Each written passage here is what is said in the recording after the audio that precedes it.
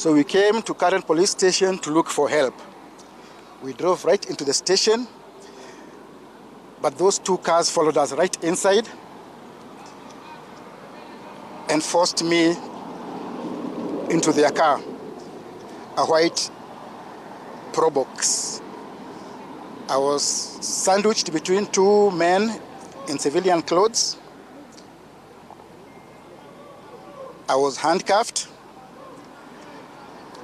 and I was assaulted. They were demanding to know why I was resisting arrest. And I told them I was not resisting arrest, I was resisting criminals. I don't know who you are. You have not identified yourselves. And up to now, as far as I am concerned, you are criminals. They drove me down Langata Road up to near, I think around the turning of Langata South Road, where they stopped, made a few calls. I don't know to who, but I gather they were talking to their superior. I could hear them uttering words about Alpha, Bravo, Sierra. I don't know what those mean. But I heard them mention DIC headquarters. Then after some long conversations, they decided to turn back. We came with them. I was still handcuffed in the car. We stopped here, just across the road here, near the Shell petrol station. That is the time they asked for my ID, and I gave it to them. They looked at it. They said, "You're the Francis Macharia guy?" I said, "Yes." One guy got out, made some phone calls, came back again, asked for my phone number. I refused to give it to him. They had previously asked for my phone also, which I did not have with me because I had left it with my son. After another long telephone conversation, they came back and the guy sitting behind was asked to remove my handcuffs.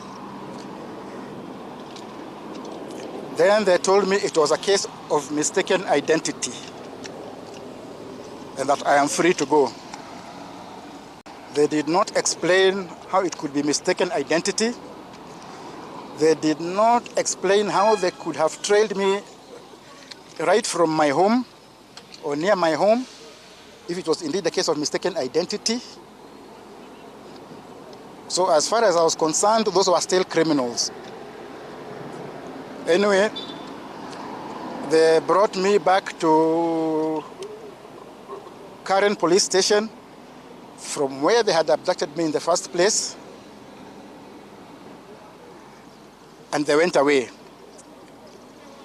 They were telling me now I can go home. But I said, no, I am not going home.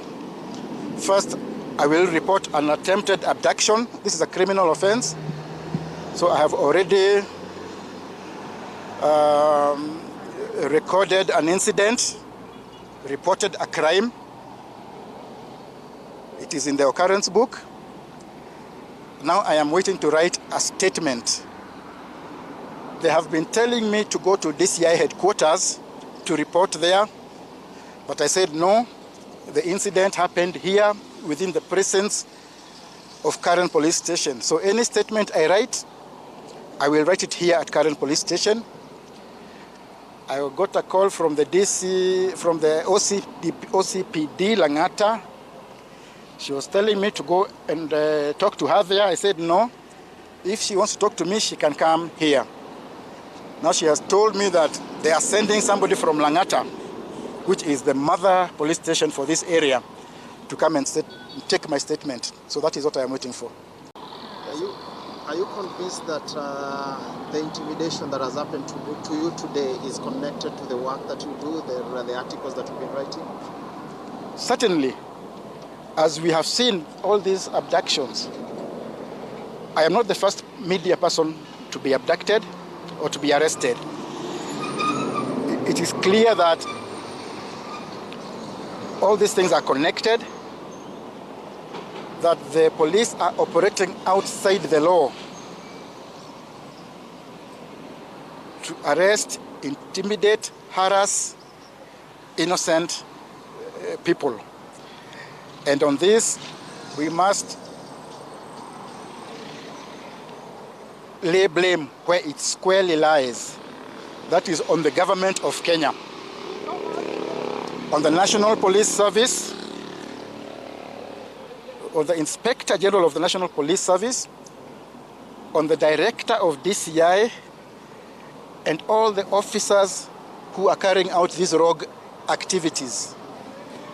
And I think what I have to say is that we cannot sit back and allow Kenya to descend into a lawless state. And therefore, it is the duty of all who have been subjected to this kind of intimidation to follow up and to seek legal redress. How are you feeling after this awful experience? It is extremely traumatizing, because when you are abducted by unknown people who do not identify themselves, when I asked them to identify themselves or who they are, their response was that they have a Subaru, therefore I should know they are policemen, and that they have guns, therefore I should know they are policemen. And I told them that, first of all, everybody can drive a Subaru. It is not a preserve of the police. Secondly, all the criminals we know have guns. Therefore, that is not an identity. They refuse to show their identity cards. And I think we cannot sit back and see our country go back into a police state. We fought for democracy. We achieved what we call democracy in 1991. We cannot go back to the era of dictatorship, to the era of a police state, to the era of rogue cops who abduct people left, right, and center, and even kill people and throw their bodies away wherever they throw them away. We were told there will be no more abductions by this government. There will be no more extrajudicial killings. They are not showing that they meant it. In terms of your career, you've had a plethora of experiences. You've encountered incidences that happen to others and yourself. Has this ever happened to you during the span of your career? And if so, if it hasn't ever happened, how do you think this is going to shape the future of your career and your life? Having problems with the law enforcers comes with the job. We call it hazards of the trade. I've had my own share of problems. But in the past, when police have wanted to talk to me, they have called me and asked me whatever questions they wanted. I have never had to go through abduction, kidnapping by people who I do not know whether they are police or whether they are terrorists. And up to now, I don't know whether those were policemen or terrorists.